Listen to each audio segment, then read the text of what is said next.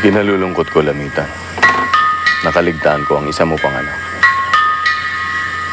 Ang sabi ni Marikit, si Binayaan daw ay itinago ni Amaya sa kanilang bukot.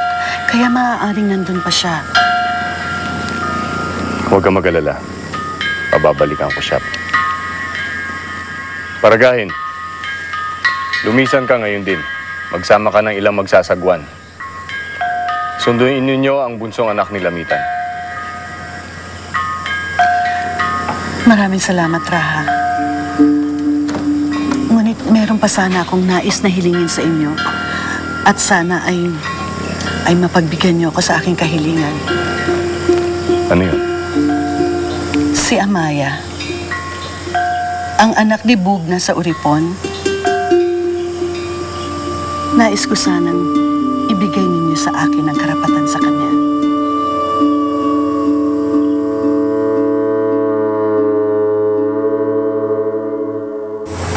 Baba,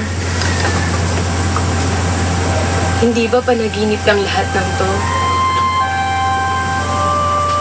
Isang masamang panaginip.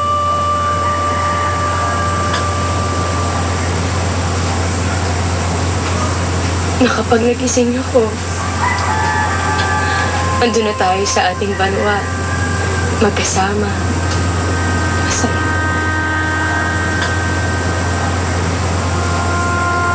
Papa.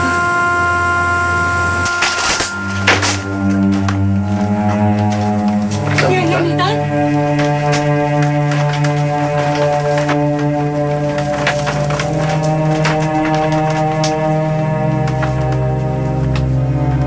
Magbigay galang kayo sa inyong team.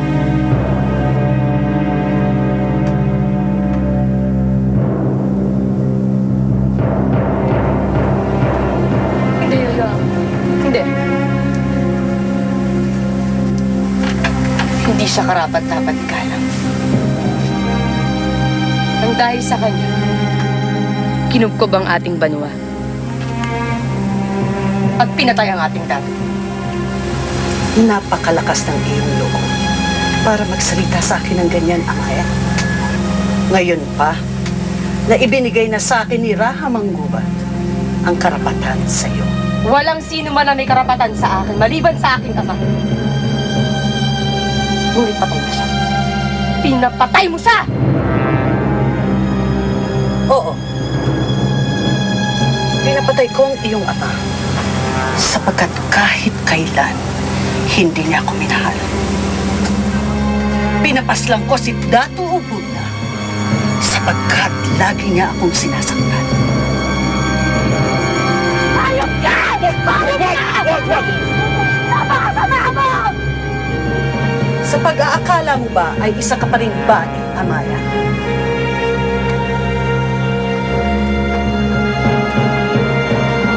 Huwag niyo ulit!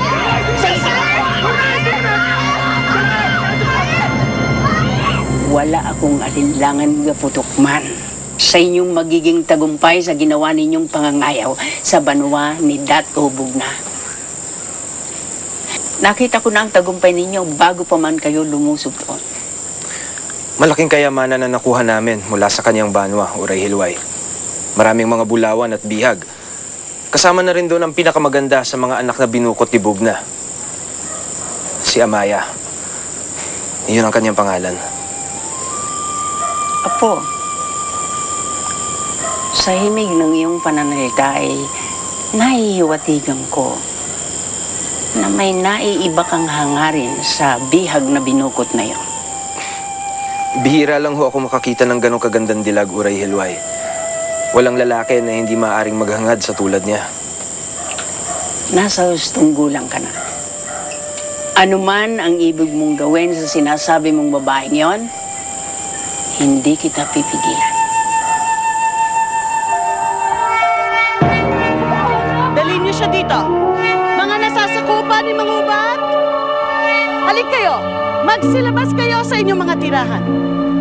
Halik kayo. Magsilabas kayo.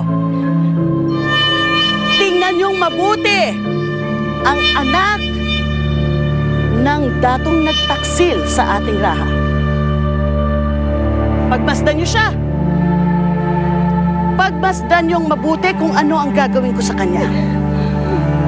At pagmasdan niyong mabuti kung papanong ang isang binukot na katulad niya ay mawawala ng karapatan.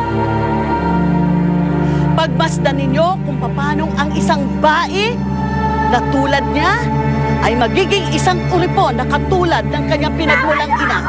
Ngayon, umpisahan na ang pagtatanggal ng karapatan sa kanya. Hubaran niyo na siya.